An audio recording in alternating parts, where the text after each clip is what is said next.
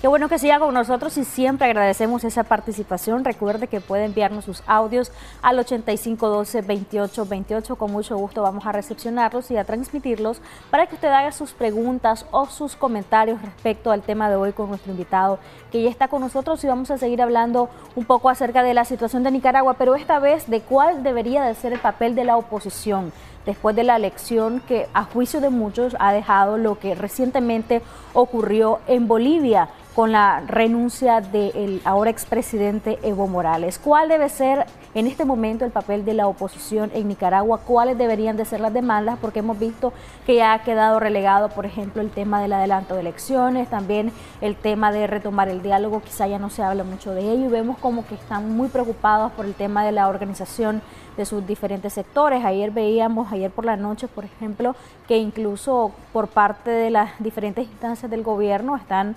alertas, dicen ellos, pues prácticamente preparándose para cualquier situación de demanda pública que realice la oposición. Y también veíamos que uno de los hijos de la pareja presidencial realizó una protesta con un grupo de personas anoche también, y que decía que a pesar de ser hijo de la pareja presidencial, este grupo, esta organización, no está ligada al gobierno. Pero bueno, vamos a analizar todos estos aspectos con nuestro invitado Willy Narváez, que ya está con nosotros acá en Acción 10 en la mañana. A eso que vos mencionabas, Jocelyn, también el presidente de la Asamblea Nacional, Gustavo Porras, ha hecho comparecencia en 2 ocasiones seguidas y enviando mensajes para opositores. Hemos visto al partido de gobierno y sus bases, más que todo, organizados y alerta ante la situación que está ocurriendo en Bolivia. Pero la situación de el gobierno de Nicaragua, la oposición está completamente apagada. Vamos a hablar sobre este tema con nuestro invitado, el político opositor Moisés Hassan. Bienvenido. Gracias. Un placer que nos acompañe acá en Acción 10 en la mañana. Gracias. Bueno, es toda una situación que está ocurriendo, no ha dejado de pasar acontecimientos notorios en Bolivia, pero ¿qué lección debe dejar esto a la oposición en nuestro país? ¿Cuál debería de ser ese papel? Bueno, buenos días, estimados amigos. Ciertamente que en el caso de Bolivia hay algunas diferencias esenciales. Número 1, la actitud que adoptaron las Fuerzas Armadas. Las Fuerzas Armadas, Ejército y Policía, adoptaron una actitud totalmente diferente de lo que adoptaron las Fuerzas Armadas nicaragüenses. Allí las Fuerzas Armadas, Policía y Ejército no salieron a reprimir a la gente, no salieron con las armas en la mano a golpear a gente que estaba indefensa en el sentido de estar desarmada. Esa fue una cuestión vital. Las Fuerzas Armadas de Bolivia, hay que felicitarlas, demostraron que ellos tienen dignidad, tienen respeto para sí mismos, que saben claramente distinguir que una cosa es jefe y otra cosa es amo. Todos tenemos que tener, alguna vez en la vida tenemos que tener jefe, pero una cosa es que el jefe da orden dentro de un cierto marco. Más allá de ese marco, un jefe no le para a uno una orden. A mí me contratan para hacer tal y tal tipo de funciones. La policía, mantener el orden público, controlar la delincuencia, etcétera, etcétera. Pero no me pueden decir, anda a matar a aquellos muchachos que quieren que yo me vaya de la presidencia. O sea, una cosa es distinguir qué cosa es jefe, que da órdenes dentro de un cierto marco muy legítimo, y otra cosa es un amo que te dice cualquier cosa, cualquier orden que venga del amo tiene que ser obedecida sin cuestionar. Ayer el presidente Evo Morales, que se encuentra asilado en México, da una entrevista al País, uno de los importantes más diarios de España, y decía de que se sintió traicionado por el jefe del ejército, porque había sostenido conversaciones minutos antes y le había mostrado su lealtad. Mira, traicionado, ya eso es precisamente la concepción la concepción de que este señor está aquí y este señor me obedece y este señor hace lo que yo diga, absoluta y totalmente. Entonces me siento traicionado porque no me obedeció cuando quise yo que fuera a reprimir y a matar gente, no me obedeció cuando quise que violentara la Constitución. Entonces se siente traicionado. Por eso esa es la misma idea que no se meten en la cabeza, La idea de que todo el que trabaja, funcionario a cualquier nivel, en cualquier posición en el Estado, es un servidor de la población, no es un servidor de él, del personaje que por cualquier razón, por cualquier causa de repente apareció en la posición de más poder. Entonces no es esa concepción que hay que entender claramente y que desgraciadamente no se entiende, que los funcionarios del Estado de cualquier nivel son servidores de la población, no son servidores de alguien que en este momento está ocupando la presidencia de la República. Pero con esa concepción de este señor, que la evidencia cuando habla así, hace evidente que cree que el jefe de las Fuerzas Armadas tiene que cumplir cualquier orden que él le dé, que si le ordena matar, reprimir, robar, cualquier cosa, cualquier orden, la tiene que cumplir, porque si no, me está traicionando. Esa es la concepción, desgraciadamente, que existe, y es una concepción muy extendida. Y el señor Morales demostró claramente que él maneja esa concepción, que desgraciadamente se maneja, y aquí igualmente nosotros vemos como el gran amo para mucha gente, el gran amo es el señor Ortega, y hay que obedecer cualquier orden, porque es una barbaridad. ¿Cómo me pueden a mí decir que vaya yo policía o yo ciudadano, cualquiera paramilitar? Porque los paramilitares ya son los que sí tienen amo, pues. El paramilitar, ese sí es contratado por su amo y debe obedecer a lo que es su amo. Pero el que es funcionario de alto nivel, jefe de policía, alto mando de policía o del ejército, ese obedece a la Constitución, y su deber es proteger a la población. Su amo, si acaso hubiera amo, o su jefe, pues, para no usar esas palabras de amo, su jefe es la población de Nicaragua, la población de Bolivia, la población del país que le corresponda. De manera que tienen que aprender a distinguir entre amo y jefe. La población, el ejército de Bolivia demostró que no tenía amo, tenía jefe, y el jefe entendió claramente que era la población. Y que órdenes contra la población no podían ser emitidas ni obedecidas, emitidas por el presidente, ni menos obedecidas por ellos. Algunos analistas han dicho que los ejércitos no deben de ser beligerantes, pero otros han sustentado que en este caso es una excepción, y que el hecho de que hayan sugerido al presidente Evo Morales que renunciara, que dejara la presidencia de Bolivia, no es sinónimo de un golpe de Estado. ¿Qué piensa usted al respecto? El golpe de Estado, repito yo, un golpe de Estado es algo que violenta los intereses y la voluntad de la población. Eso para mí es lo que es un golpe de Estado.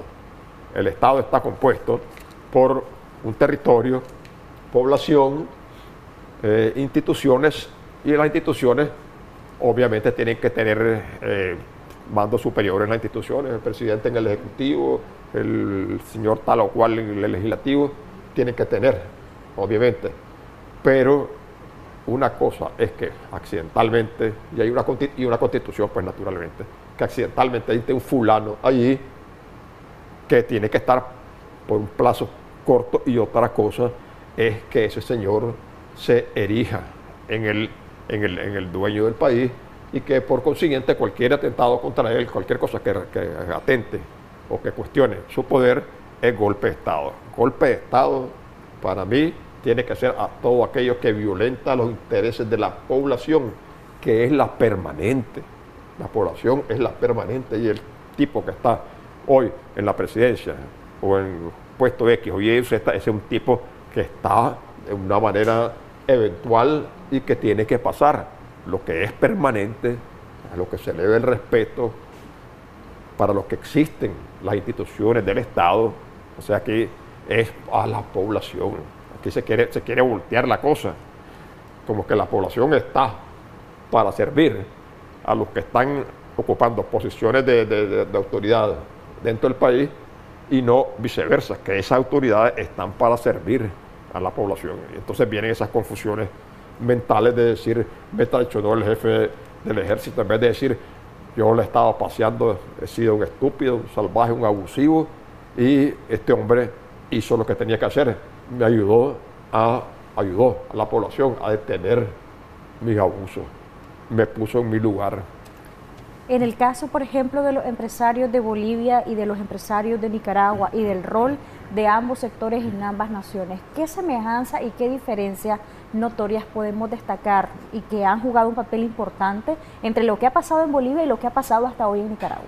Sí, ese es otro punto, que diferencia lo que ocurrió en Nicaragua, lo que estaba ocurriendo en Nicaragua y lo que ocurrió en Bolivia. Aquí, desafortunadamente, hay que decirlo, pues, no puede ocultarse, durante 11 años existió un arreglo, contubernio, como se le llame, entre los principales representantes del sector privado y el señor Ortega, y el mismo Ortega, de una manera muy clara lo dijo. Mira, esto dice, ya en su furia, pues en su rabia contra los empresarios actualmente, en su rabia dijo, estos solo vienen a pedir exoneraciones, quieren pagar lo que les da su gana, en fin. Claro, él llevó las cosas al extremo, pero que realmente lo que demuestra, pues, que esa es la decisión errada de parte de muchos sectores empresariales de querer decir, nosotros no nos metemos en política, nosotros solamente vemos la economía. Una visión totalmente distorsionada, porque es como alguna gente que dice tranquilamente, y se le disculpa a mucha gente, eso es comprensible, que un ciudadano normal que se anda buscando la vida en las calles o en una oficina, donde sea, diga, yo no me meto en política porque yo de la política no como. Eso es perfectamente comprensible que este señor diga eso, porque no entiende que el manejo político es el que determina si él come o no come, cuánto come y qué come.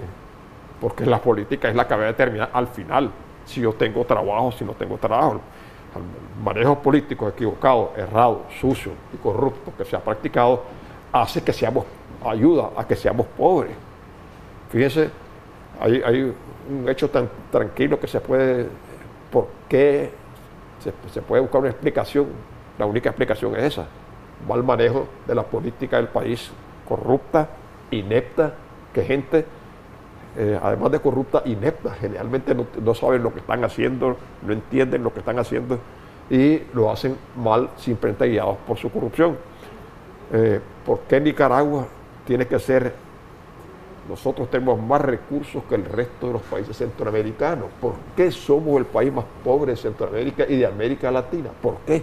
Simplemente la política ha determinado que yo coma tanto o que no coma, o que esté desempleado, o que tenga donde escoger literalmente empleo. De manera pues que ha habido esos arreglos que ha habido, desafortunadamente, han contribuido a que hayan compromisos, y que los compromisos, una vez que se han hecho y que se han llegado a ciertos niveles, difícilmente te dejan libre para actuar, te amarran un poco. ¿A su percepción esto ha cambiado un poco luego de que prácticamente la Alianza Cívica está integrada por el COSEP y han tenido una postura para algunos beligerante, para algunos otros un poco tímida aún, sin un accionar más contundente? Yo yo creo que ha cambiado. En algún momento creo que quienes determinan las decisiones mayoritarias del sector privado, empresarial, en algún momento pensaron que podían entenderse con Ortega y que podían decir, esto es política y esto es economía. Yo creo que a esta altura del juego ya entienden que eso no es posible. Se están dando cuenta que el país, desgraciadamente, y merced a las actitudes de Ortega y compañía limitada, el país está retrocediendo aceleradamente. Todos los indicadores de la economía, tanto en el aspecto macro como en el aspecto micro, todos los indicadores están diciéndonos la economía de este país se está yendo al precipicio. Entonces creo que la lección de que la política y la economía no pueden separarse, sino que tienen una interacción en una dirección y en la otra, en ambas direcciones, creo que esa lección la pueden estar asimilando el sector privado o sectores parte del sector privado de Nicaragua. Yo veo una actitud diferente, pues, y ojalá que se den cuenta que esa es la actitud correcta y que mientras Ortega esté en el poder, Nicaragua no va a poder levantar cabeza económicamente y la población va a continuar empobreciéndose. Yo solo quiero traer otra cosa más. Antes de Ortega, Nicaragua, había 3 países más pobres que Nicaragua en el continente: Honduras, Paraguay y Bolivia. Aparte de Haití, pues, que hay un caso separado, pues. Ahora, merced a la política, o si acaso se le puede llamar política, merced a Ortega y su banda, Nicaragua pegó un salto y solamente para atrás, pues, y solamente Haití es más pobre que Nicaragua. O sea, Honduras dejó de ser más pobre que Nicaragua, Bolivia dejó de ser más pobre que Nicaragua y Paraguay dejó de ser más pobre que Nicaragua. En los últimos 40 años dimos un salto para atrás. De manera que la política y la economía de ninguna manera pueden estar separadas. Y eso es tolerable que lo diga el ciudadano en la calle, pues, que no se le puede exigir que entre en todas estas cosas, pero no es tolerable y yo creo ver señales de rectificación en personas que tienen un cierto nivel de preparación y de estatura en toda la sociedad. En pobreza se ha retrocedido aproximadamente 5 años según un estudio que reveló esta semana el FONIDE, pero también hemos visto algunos mensajes tanto de sindicalistas como el mismo presidente Daniel Ortega en contra del COSEP. Ayer por el ejemplo que daba Jocelyn, el hijo del presidente Ortega llegó a leer un comunicado e incluso pues leyó una de las frases famosas de Sandino de que la libertad no se conquista con flores sino con balas. Este tipo de mensajes no son sanos para la nación, y ¿usted cree que la situación del gobierno y el empresariado privado en el país podría ponerse aún más tensa? Mira, yo vi un vídeo ahí con el muchacho y evidentemente lleva un mensaje que es un mensaje totalmente negativo. Y además de ser ridículo, pues, porque ya desde su manera de dirigirse, de leer lo que estaba leyendo, no podía ni leerlo bien, pues, me parece.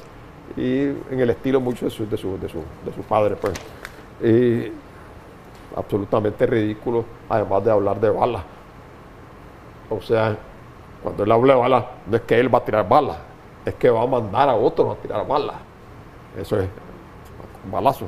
No lo veo a él tirando balazos en un combate frente a frente con nadie. Pero sí lo veo a él, que en su pensamiento lo que está diciendo: si están ustedes molestando, si están ustedes creando perturbaciones al gobierno de mi papá, voy a contratar gente para que les vaya a hablar balas. O sea, se conquista con balazos. Esa es su mentalidad, un mensaje totalmente negativo. Pudiera quizás haber salido un poco más conciliador, aunque obviamente no se le va a querer, pero por lo menos guardar un poco las apariencias, salir un poco más conciliador y decir, bueno, busquemos cómo arreglar esto, ya, esto de las balas no tiene sentido, tenemos que... Un mensaje conciliador, aunque no le creamos, obviamente, pues jamás le vamos a creer. Como el que habla la vicepresidenta, pues que habla de amor, de la paz y todo esto. Pero también está la otra situación, y es el hecho de que la situación de Bolivia ha venido más que todo a poner en alerta a los grupos del gobierno. Y esto también lo decía también el presidente Donald Trump, de que lo que ha sucedido en Bolivia es una señal tanto para Nicaragua como para Venezuela. En cuanto al papel de la oposición, esa misma alerta de parte de los funcionarios del gobierno se debe a que posiblemente temen de que suceda algo similar a lo ocurrido en Bolivia, pero lo que hemos visto de parte de la oposición ha sido completamente que han estado apagados. Mira, lo de Bolivia y lo que ha venido ocurriendo desde abril acá también despertó de un dulce sueño a la banda orteguista.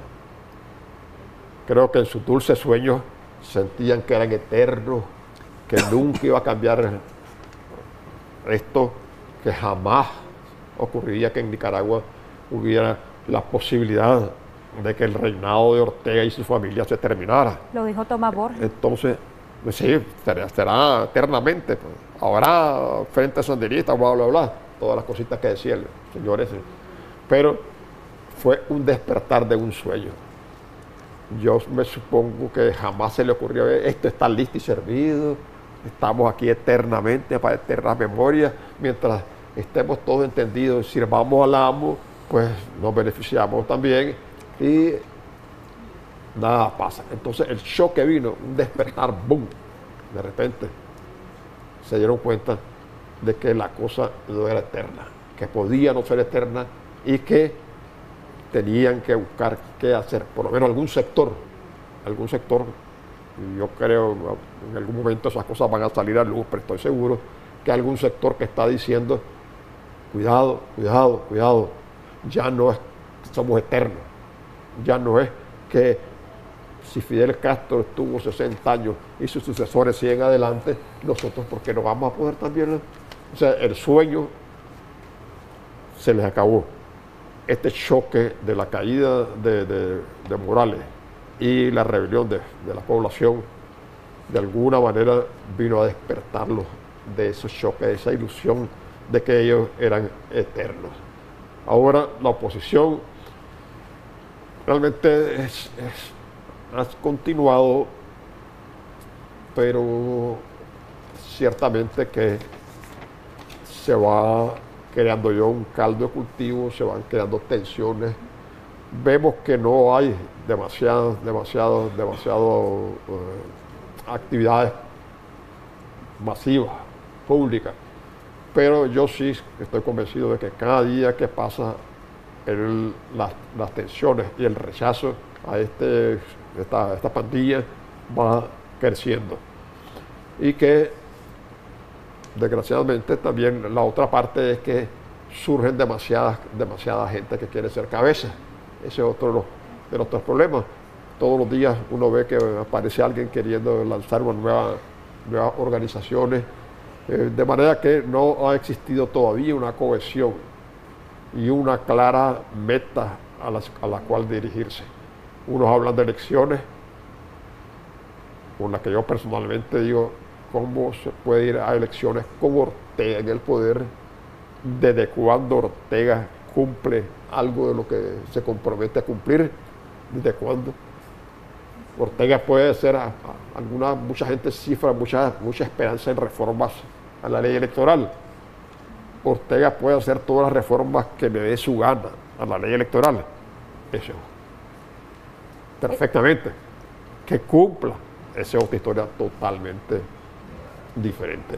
De manera pues que ciertamente la oposición tiene que buscar cómo unificarse, tiene que poner un norte.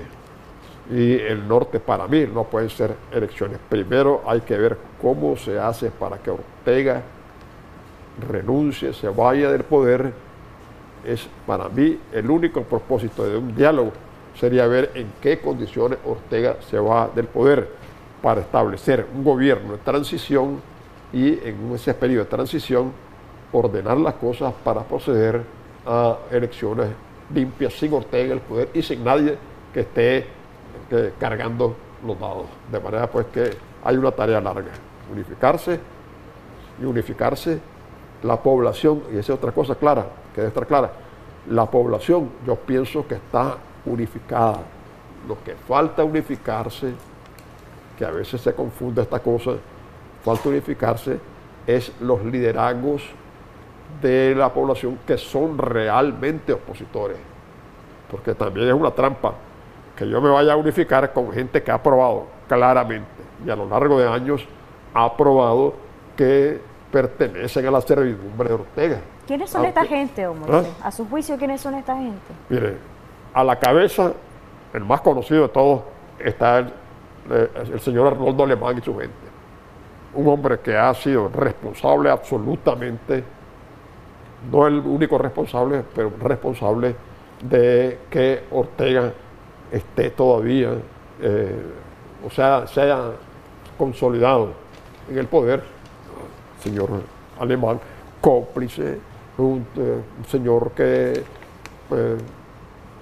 todos sabemos que manejó una cantidad de plata para su beneficio personal y maneja, de manera pues que meterse, de pensar que uno va a ser oposición y que entre la oposición van a caber gente que ha probado claramente que su interés es nada más beneficio personal y que ha apoyado y que ha sido cómplice de Ortega, hombre, por Dios, eso significa meterse a la quinta columna dentro de la camisa, porque una cosa es que a uno lo infiltren, y eso es claro que en situaciones como esta siempre va a haber gente infiltrada, pero por lo menos que se infiltren con máscara, pero infiltrarte con la cara descobijada, cuando vos sabes quién es quién, ya eso me parece que... De manera que hablo de unidad de la población, que en general la población está unificada. ¿Cuál es su opinión respecto a los demás partidos políticos? Por ejemplo, el Partido Conservador, liderado por don Alfredo César, el C por L, por doña Kitty Monterrey, entre otros partidos más pequeños. Mira, el Partido Conservador también ha demostrado, a lo largo de los años, ha demostrado que está más o menos dispuesto a entenderse con Ortega, y lo ha hecho a lo largo del tiempo. Yo todavía le daría el beneficio de la duda, si es por él, no sería de ninguna manera una escogencia para mí, porque habría suficientes recelos o dudas, pero no lo clasificaría a la par, digamos, todavía del Partido Conservador o el Partido PLC. Y ojo, quiero ser cuidadoso. Acabo de cometer un error, dije el partido PLC. Hay que personalizar, porque todos los partidos, creo yo, tienen gente muy valiosa, puede ser buena. El problema son los liderazgos que existen. De manera que yo cometo un error decir PLC. Debo decir claramente el señor Alemán y su grupo, su entorno.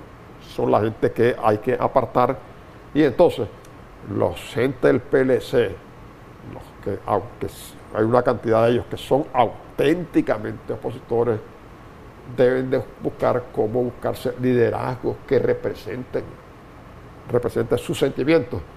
Y por cierto que quienes lideran las cúpulas de esos partidos no representan los sentimientos de la inmensa mayoría de los miembros de esos partidos, que tampoco pues son grandes partidos, pero de todas maneras cuentan con gente que podría aportar mucho, siempre y cuando se quitara esos liderazgos que han demostrado hasta la sociedad que son liderazgos que se entienden con Ortega o con el que viniera después de Ortega, para continuar siempre beneficiándose y defendiendo sus intereses. Don Moisés, vamos a darle paso a audios que nos han enviado nuestros amigos televidentes a nuestra línea de WhatsApp. Escuchemos el primero de estos. Buenos días, Canal 10. Pues mi perspectiva como ciudadano es que el señor Gustavo Porras y Roberto González son dos enemigos de vieja data, y lo que están haciendo ahí es seguir un mandato, como siempre, un mandato del dictador, un mandato de si yo te digo que es blanco y aunque sea negro, ustedes tienen que decir que es blanco, pues, y lo que se está demostrando ahí es que el señor Daniel Ortega Saavedra tiene un pamper XG, triple XG, triple 4G, no sé ni cómo decirle, pero ellos ahorita tienen el temor que se llama pueblo, y el pueblo se tiene que levantar. Gracias al amigo. Siguiente audio. Buenos días, Canal 10. Con mucho respeto, espero que pasen mi audio. Una pregunta para este señor. Él nunca va a llegar a hablar nada bueno del gobierno, ni nunca va a llegar a expresarse bien, ya que él lo único que tiene es rencor, porque como no han podido chupar la teta del gobierno, entonces por eso es que se sienten rencorosos. Y recordemos que en Bolivia no fue la oposición la que sacó a presidente, fue un golpe de estado militar junto con la policía. Eso quería aclarar. Gracias al amigo. Siguiente audio. Bueno, la oposición nicaragüense le falta mucho que dar, porque ya vemos que con el diálogo fue un fracaso, nada de acuerdos se cumplieron y no se ha llegado ni siquiera a lo que el pueblo pide. elecciones anticipadas. La pregunta que yo haría es, ¿hasta cuándo vamos a tener elecciones adelantadas? ¿Y cómo serán? Gracias. Siguiente audio. Buenos días. Quería hacerle una pregunta al señor Hassan en referente a lo que él dice de que a las personas que dicen que no les gusta meterse en política hay que actuar. ¿Por qué es parte de ser exigido el estar participando en política, en quién está o no está, cuando a la persona no le gusta nada de política? Siguiente audio, quinto y último audio. Buenos días señores del Moisés Hassan. Buenos días periodistas de Acción 10. Señor Moisés, la ley creadora de la policía establece que se debe al pueblo para garantizar la integridad física de los nicaragüenses, para garantizar sus libertades, para cuidar de sus bienes, que es apolítica, que no es deliberante. ¿Puede usted explicar eso un poco? Gracias. Muchas gracias al amigo televidente. Vamos a responder pues la primera pregunta. Decía el amigo si en realidad lo que hay es temor al pueblo de parte del gobierno por lo que hemos visto las distintas comparecencias tanto de sindicalistas como del presidente Gustavo Porras, del presidente de la Asamblea Nacional. Sí, efectivamente, creo que más o menos esa idea, había tratado de presentar esa idea. Hay un temor. Pasaron, repito lo que dije más o menos antes, estaban en un sueño feliz, entre nubes de algodón y de todo rosado, y de repente empezaron a enfrentar las realidades. Se dieron cuenta de que esto no podía ser eterno, que no podían tener sojuzgados al pueblo nicaragüense eternamente, ni podían estarse aprovechando para vivir, esencialmente, vivir como nunca en su vida habían vivido una cantidad de gente con unos lujos, con un despilfarro de los recursos de los nicaragüenses, y que de repente lo que ocurrió a partir de abril del año pasado y que desemboca en Bolivia, cosas semejantes desemboca en la salida de Evo Morales, ha venido a despertar a muchos. Hay otros que nunca van a despertar y que creen que Ortega es inmortal y que van a vivir con él eternamente o con el sustituto de su familia o alguien más, pero unos han venido a despertar claramente y eso ha sido un golpe y ahora están pensando, ¿qué hacemos? Hay una cantidad y eso se manifiesta, por ejemplo, en las declaraciones de Pastora. Hay una cantidad de gente que está diciendo estas cosas, si seguimos aquí con Ortega y compañía y su banda, esta cosa se va a desmoronar y no vamos a alcanzar en el avión todo. De manera que tenemos que buscar qué hacemos, cómo hacemos, qué cambios hacemos para presentar una cara más amable. Un poquito lo que hizo Somoza. Somoza se fue del país y dejó a don Julio Maleaño. ¿Cuál era la idea de Somoza? Pero eso ya desde idea personal de él, no de expresiones, creo, internas. La idea era, aquí el odioso soy yo. Entonces, yéndose el odioso y dejando a un señor que se ve muy amabilón, muy chistoso y fregador, pues entonces ya la cosa, el gas se baja. Y eso es lo que está empezando un grupo de gente seguramente. El siguiente el de los pueblo audios. Tiene horror a que el sueño que había estado viviendo, la felicidad que han estado viviendo, se termine. El siguiente de los audios, el amigo afirma de que usted nunca ha hablado bien del gobierno y cito lo que dijo él, ¿verdad? Dice que usted tiene rencor porque no ha chupado la teta. Vea, señor, ya trajo las cosas al nivel personal, que yo pues no quiero meter las cosas a nivel personal mío, pero le voy a decir al señor que sin duda no sabe quién soy yo. En primer lugar, nunca he chupado teta. Estuve en el gobierno y debo decir que los años que estuve en el gobierno son los años en que mi ingreso ha sido el menor de mi vida. cuando yo, por mi cuenta, antes y después, o con mi trabajo como catedrático de universidades, mi ingreso siempre fue mucho mayor que el que tuve en el gobierno. Debo decir al señor que las propiedades que yo tenía, 2 propiedades inmuebles que yo tenía, idealistamente, torpemente quizás, se las entregué al país cuando lleno de felicidad, al haber visto caída Somoza, sentía que la cosa había cambiado totalmente. ¿Hay algo bueno que usted pueda hablar del gobierno, don Moisés? Lo bueno que puedo hablar del gobierno, desgraciadamente lo destruyó, porque yo siempre comparé, y decía siempre, que el ejército era algo que era significativamente diferente, porque el ejército de Somoza era un ejército de ocupación. Los ejércitos de ocupación ven al nacional, al nativo, al ciudadano, lo ven como un potencial enemigo.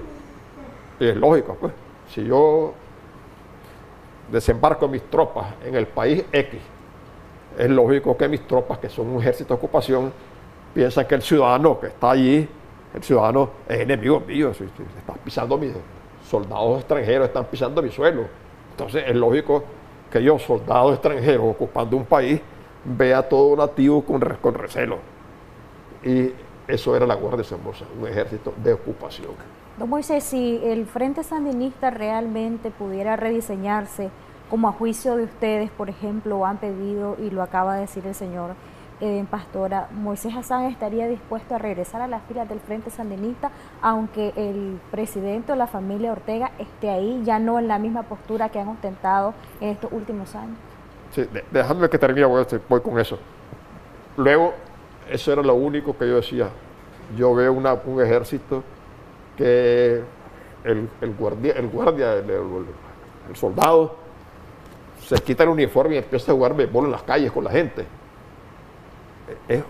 Fue un cambio de un ejército de ocupación a un ejército nacional. Desgraciadamente, con el tiempo, ese único logro que yo le veía a esto, ese único logro ha venido, se vino opacando, y aunque todavía este ejército no ha mostrado señales de ser un ejército de ocupación, pero ha mostrado claramente complicidad con el gobierno de Ortega, y ya es parte del orteguismo, ya no un ejército nacional, un ejército que esté defendiendo a la población, los intereses de la población y del país. De manera que lo único bueno que yo le vi por un tiempo a este gobierno fue esa transformación de ver que el guardia era por definición un ocupante del país, casi prácticamente, y veía al nativo, al nacional, como un potencial enemigo. Recelar de él había cambiado, pero bueno, eso es lo único bueno. Creo que en algún momento alguna gente recobró un sentido de dignidad, de valer, pues, de no ser tan basura en algún momento, que también se estropeó porque ese sentido se convirtió en un sentido de responsabilidad y de servidumbre a un amo. De manera que no puedo rescatar nada de este gobierno. Luego, lo que preguntaba, yo cuando renuncié en 1985 a mi membresía en el Frente Sandinista, yo por mucho tiempo dije, el día que se vayan los Ortega, Tomás Borges y un grupito más, ese día a lo mejor yo solicitaría reingresar al Frente Sandinista. Por supuesto, eso hubiera sido en estos tiempos un sueño imposible. Pero naturalmente a esta altura del juego, el Frente Sandinista que en ese tiempo existió ya no existe. Y precisamente algunos de los temerosos de ahora están tratando, y eso lo expresa Pastora, hay que hacer un Frente Sandinista que salga de un congreso, bla, bla, bla, bla. O sea, están conscientes de que el Frente Sandinista se convirtió en la pandilla de Ortega y Compañía Limitada, que no es un partido de ninguna manera, es una pandilla manejada, una mafia, una mara manejada por un grupo de ciudadanos. De manera que en estas alturas del juego no tiene ningún sentido, absolutamente. Yo no sé qué cosa es rescatable de la pandilla. Yo creo que no hay nada rescatable de la pandilla, no tiene ningún sentido que una persona que se respeta a sí mismo y que no anda buscando cómo chupar teta, porque ya le dije al señor este que no chupe ninguna teta, al contrario,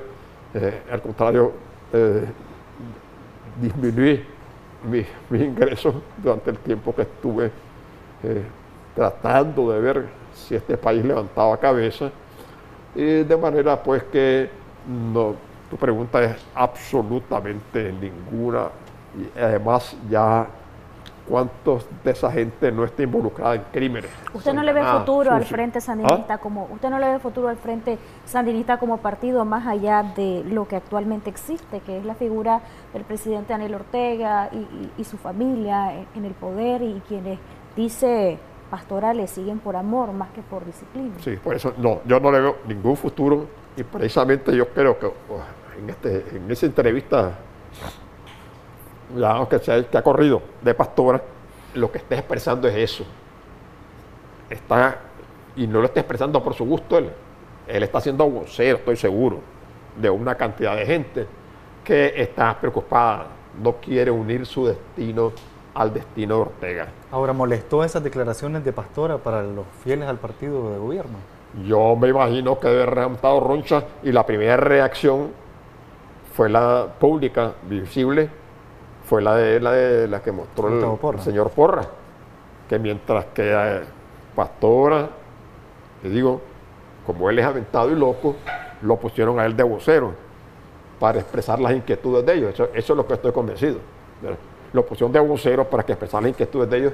Ve, Daniel tiene que irse, porque ya con Daniel aquí a la cabeza estamos listos y servidos. Mejor tratamos de darle un vuelco a la cosa, llamamos a un congreso, que ya no sea un partido porque está ahí por amor a Daniel. Lo dijo bien claro, aquí queremos a Daniel, sino que sea un partido serio, formal, que vaya a un congreso y que se escoja a sus dirigentes, y bla, bla, bla, bla, bla.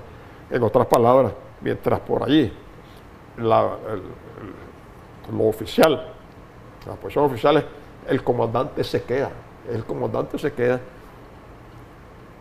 el grupo al que sirvió de vocero Pastora está diciendo ya es hora que se vaya. Eso fue lo que dijo. No está tan unido el frente como se cree. No te digo, yo estoy seguro que está un grupo muy preocupado por el rumbo que lleva.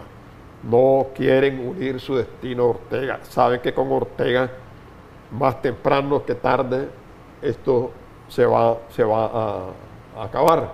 Y que entonces quieren preservar la cosa si queremos a Ortega. Y yo veo la película otra vez. El clavo en el somocismo era Somoza, según ellos, según algún grupo. Y entonces, para preservar, si hubieran podido ellos hacerlo, preservar el Partido Liberal Nacionalista de Somoza, hubiera sido bueno que Somoza se fuera y no que cayera como cayó.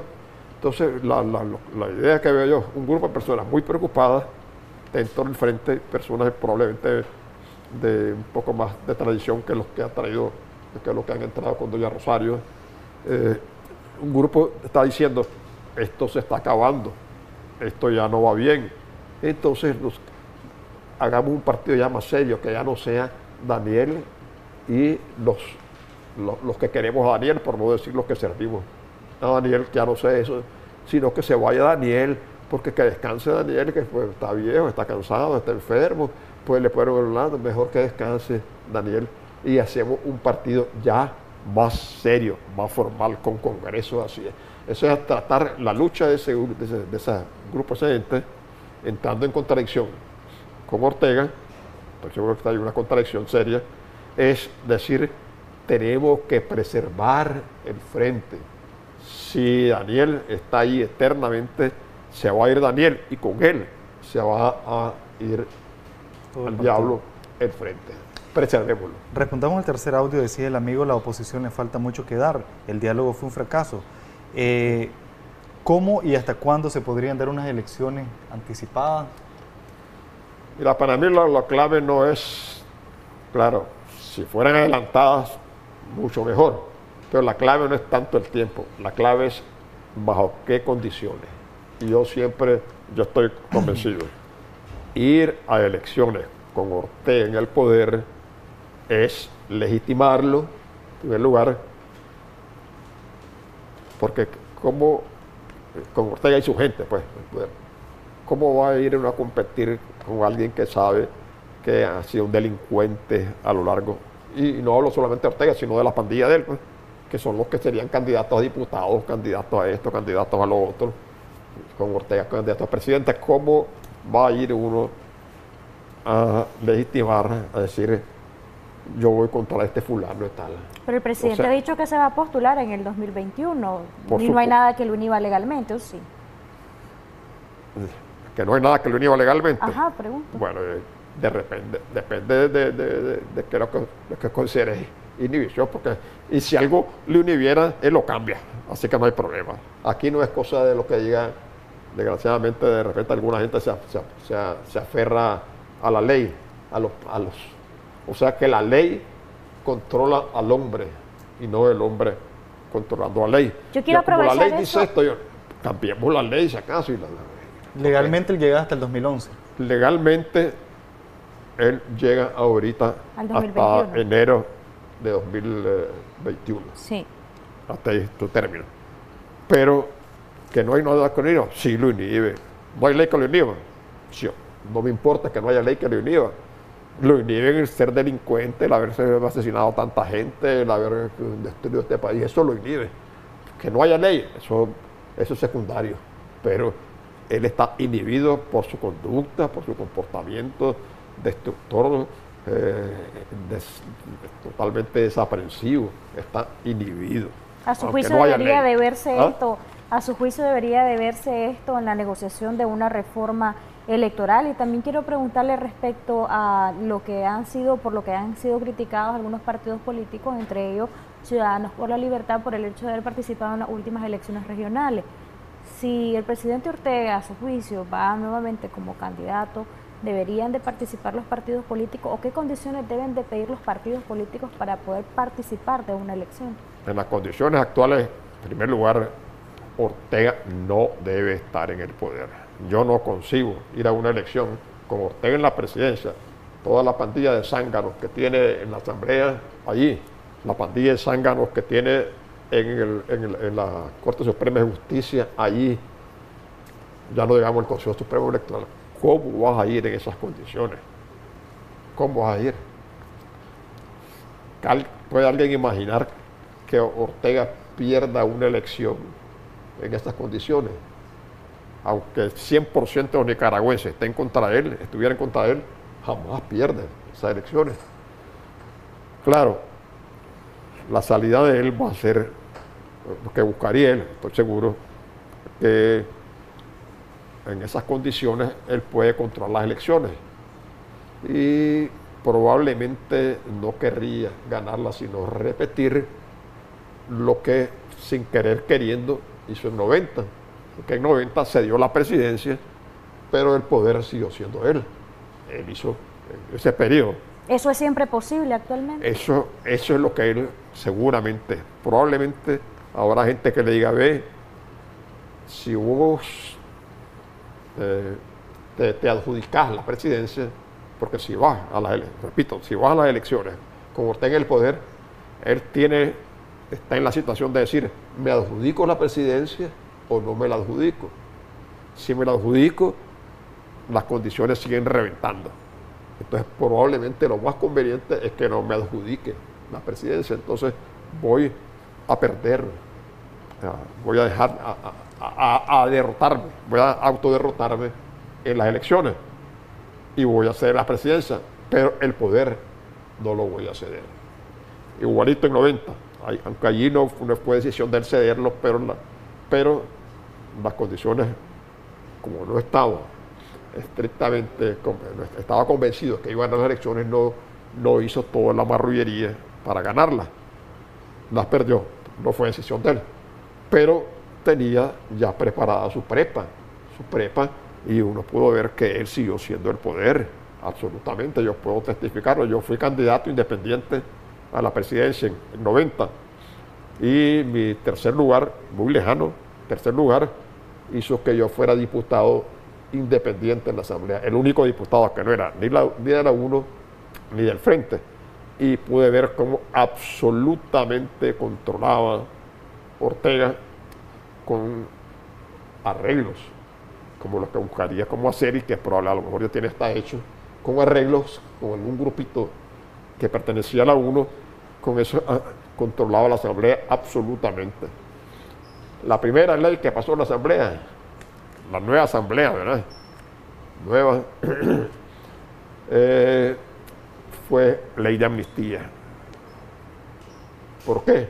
Porque Ortega se había dado una amnistía, igualito que la que se acaba de dar ahorita, se había dado una amnistía en el periodo entre la derrota electoral y la entrega de la presidencia. Por supuesto, desde el punto de vista de cualquiera, esa era una apta amnistía, se estaba amnistiando a sí mismo y a su gente. Entonces, con su nueva asamblea, Ortega, su asamblea nueva, cambió su gente, pero siguió, cambió la gente, pero siguió manejándola, se dio amnistía. Porque ya la nueva amnistía, el nuevo gobierno, la nueva asamblea está dando amnistía, esto ya no es una apta amnistía. O sea, la primerísima ley. Luego se adjudicó la piñata, que seguimos pagando la piñata. Luego hizo correr al vicepresidente, el vicepresidente, el doctor Godoy, como no estaba metido en los arreglos que él tenía con el difunto señor Lacayo y la familia, como no estaba metido totalmente, le amarraron las manos al doctor Godoy, se tomaron las universidades, la autonomía universitaria se acabó allí, empezó la privatización de las empresas, entonces las empresas estatales que no estaban privatizadas, las privatizaron a su favor y sus cómplices pues, con los que habían hecho arreglo en algunos. Y finalmente en el periodo este de 90 a 96, como 300 jefes contra fueron asesinados, desbrozando el camino, diciendo estos tipos son los que me pueden dar problemas más tarde, hay que irlos eliminando ya tranquilamente. Y llegaron hasta el escándalo de que le dieron amnistía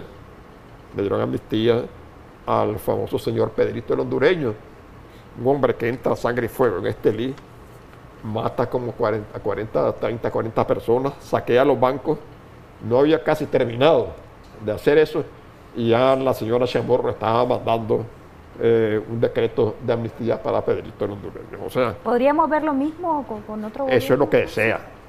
A Avellán, por ejemplo, le achacan 107 muertes. Avellán, probablemente, bajo las condiciones de Ortega, una nueva asamblea probablemente le daría amnistía a Avellán y compañía limitada. Eso sería lo ideal. Yo creo que él, probablemente, si hay elección en el poder, lo más que sé es la presidencia para bajarle presión a la cosa. Y luego continúa haciendo lo mismo, más disimuladamente, por supuesto, no puede ser tan descarado, sino que tiene que guardar unas ciertas apariencias, pero el poder manejándolo así calladito. Fíjese, poca gente se dio cuenta, por ejemplo, de que el principal cómplice de Ortega en ese arreglo fue el difunto ingeniero Lacayo. Poca gente reflexiona que el ingeniero Lacayo llegó asociado al frente hasta 2005, hasta el 2005, y era público que el ingeniero Lacayo estaba asociado con Ortega después de que termine el periodo de doña Violeta, y hasta 2005 es que Lacayo se llama voy de aquí, pues, y ya se fue de Ortega, de manera pues que eso sería lo ideal para Ortega. Se nos está acabando el tiempo. Se nos está acabando el tiempo y me gustaría que respondiéramos brevemente los audios. El siguiente televidente decía, pues es una señora, decía de que hay gente que prácticamente no quiere saber nada de política. Sin embargo, usted decía de que aquí la mayoría del pueblo está organizado y lo que ha costado es prácticamente la organización de quienes podrían encabezar una oposición fuerte. Así es. Efectivamente, yo repito de vuelta, la gente debe entender claramente, y lo está entendiendo, creo, la actitud actual demuestra que la gente entendió que aquella cosa que yo no me meto en política, yo de la política no como, si no trabajo no como esas cosas, que eso no tiene mayor sentido y que la política es la que te determina, bien manejado el país por gente decente y capaz, que son las dos cosas que han faltado, ha sido gente indecente y gente incapaz, bien manejado, hay trabajo. Entonces yo sí trabajo porque la política, como se maneja el país, es correcta y tengo trabajo y tengo mejor trabajo. Así que ya lo está entendiendo la gente y por eso está saliendo, está demostrándose claramente que la gente se mueva 100.000, 200.000, 300.000, 500.000 personas moviéndose en su tiempo, con sus reales, tomando sus riesgos. Eso tiene un significado gigantesco. El último audio decía el amigo que le gustaría que diera su valoración sobre el hecho de que la ley creadora de la policía, que tiene que ser apolítica. Eso es absolutamente, el amigo tiene toda la razón. La policía está para garantizar, como desgraciadamente en toda comunidad, en toda sociedad, hay gente que no es sana, pues. Hay gente con tendencias delictivas.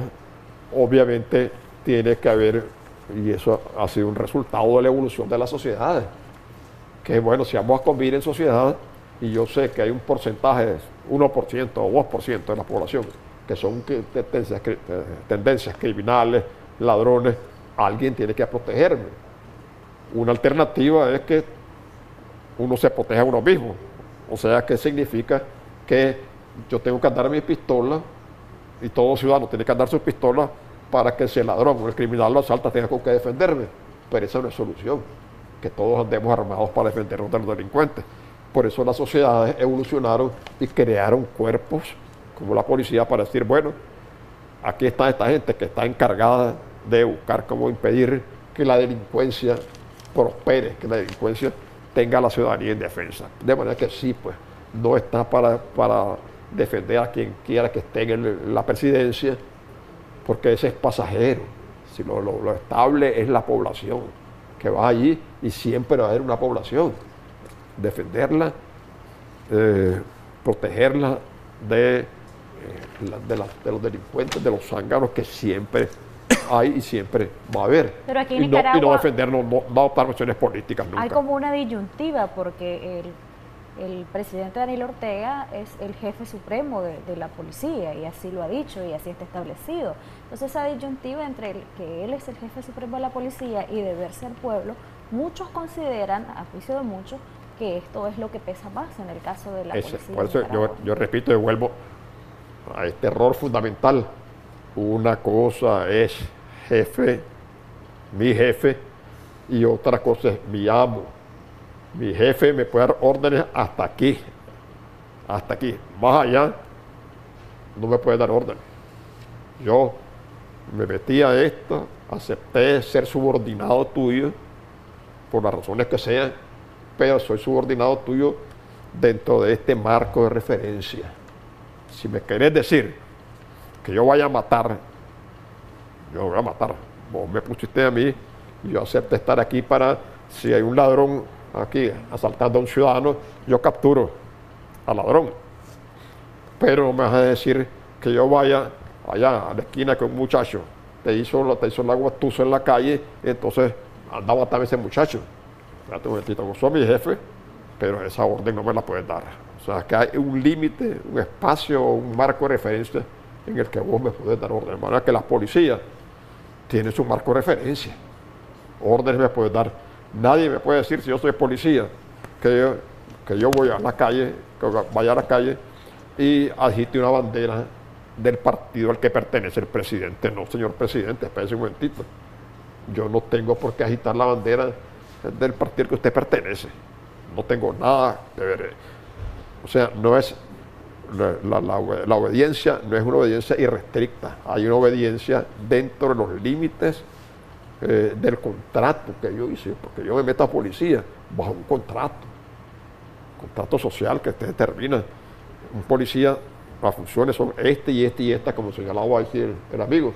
Y más allá de eso, porque alguien me va a querer decir que haga, porque alguien me va a decir, vos policía, vas a ir a una asamblea de partidarios míos. No, señor, yo no tengo por qué ir a una asamblea, eso nada tiene que ver con mi función de policía. Ya para finalizar, me gustaría que expresara su opinión respecto al rol de la Alianza Cívica y de la UNAP. ¿Confía en estos dos grupos y en su papel como oposición o cree que puede ser mejorable?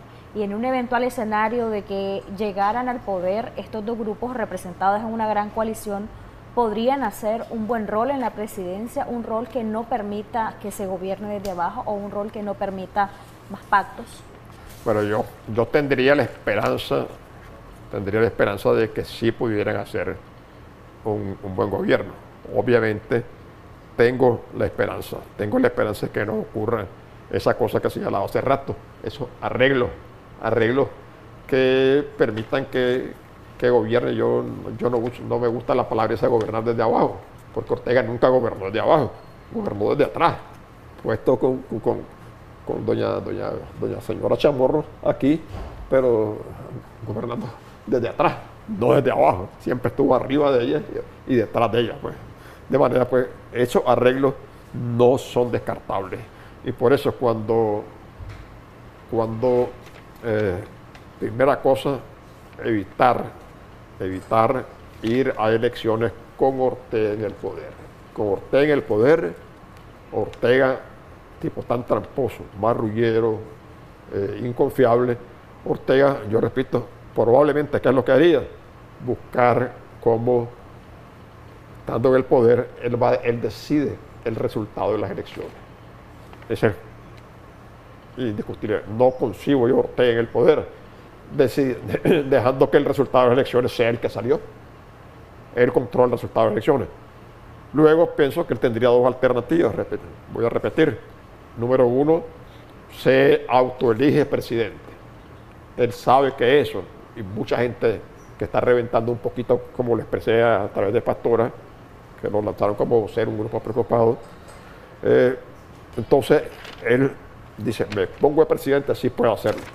Pero esto significa crear mayores problemas, mayores tensiones. Mejor repito la experiencia de 90, que aunque no fue mi decisión, pero ¿qué me sirvió? Me sirvió para seguir mandando escondido. Hice todo lo que quise al suave.